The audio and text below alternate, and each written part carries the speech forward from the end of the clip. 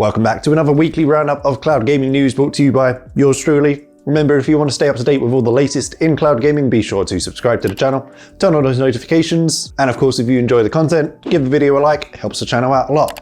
But for now, let's jump into the cloud gaming news, and first up, we have to talk about the impressive lineup of new titles added to GeForce Now this week. I'll throw that full list up on screen here, but as we mentioned, the first free title from the Epic Game Store is Rocket League, which is now free to play from the Epic Game Store. Not only that, but if you install Rocket League through Epic Games before October 23rd, the Epic Store will give you a £10 coupon. That's right, they're literally paying you to play games.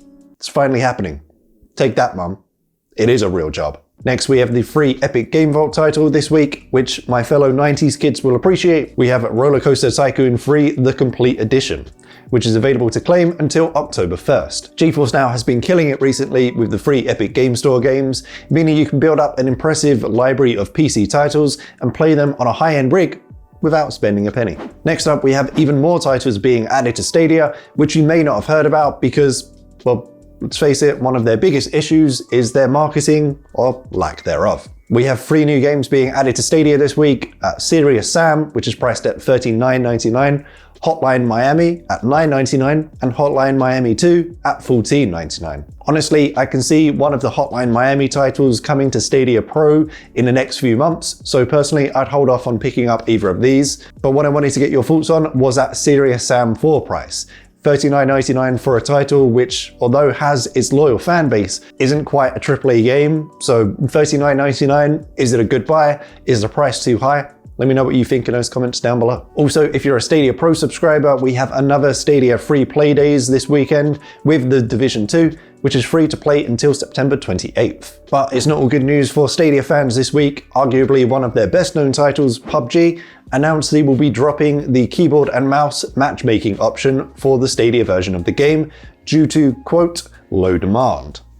Which I guess just means that the bots prefer to play with a controller. PUBG's changelog states, on October 6th, the Stadia mouse and keyboard matchmaking pool will be closed. Since launch, Stadia has given us the ability to reach a wider audience for new and returning players on additional platforms. As the service evolved, we found a predominant amount of our players preferred to play with a controller. Due to this, we've decided to focus on the Stadia controller matchmaking pool, helping maximize our Battle Royale experience for players and giving them the best experience possible.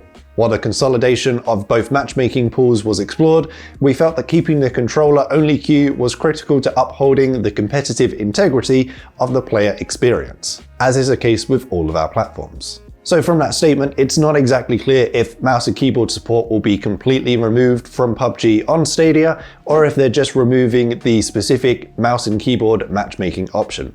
And of course, we have to get onto the $7.5 billion news story from the past week, Microsoft's acquisition of ZeniMax Media, the parent company of developer and publisher Bethesda. This meaning Microsoft are now the proud owner of some of gaming's largest franchises like Fallout, Doom, Quake, Wolfenstein, The Elder Scrolls, Dishonored, and even Deathloop and Ghostwire Tokyo, which are tricky ones with their timed exclusivity on PlayStation 5, which apparently are still being honored. So what does this mean for cloud gaming?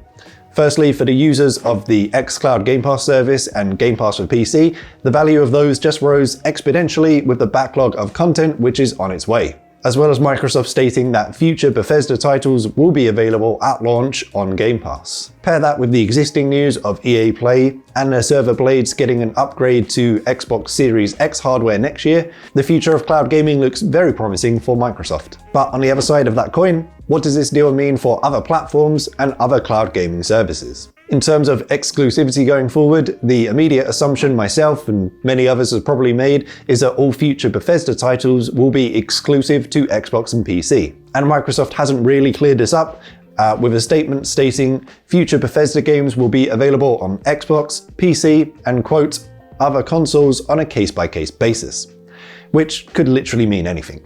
But we have seen Microsoft making IPs available pretty much everywhere in the past. If you take Minecraft, for example, I don't think there's a platform where you can't play it. In terms of how this impacts other cloud gaming platforms, Bethesda titles just became easier and cheaper to access on PC cloud streaming services like Shadow or Maximum Settings through Game Pass for PC, but these titles could potentially be less likely to appear on services like GeForce Now, Stadia, and obviously PlayStation Now.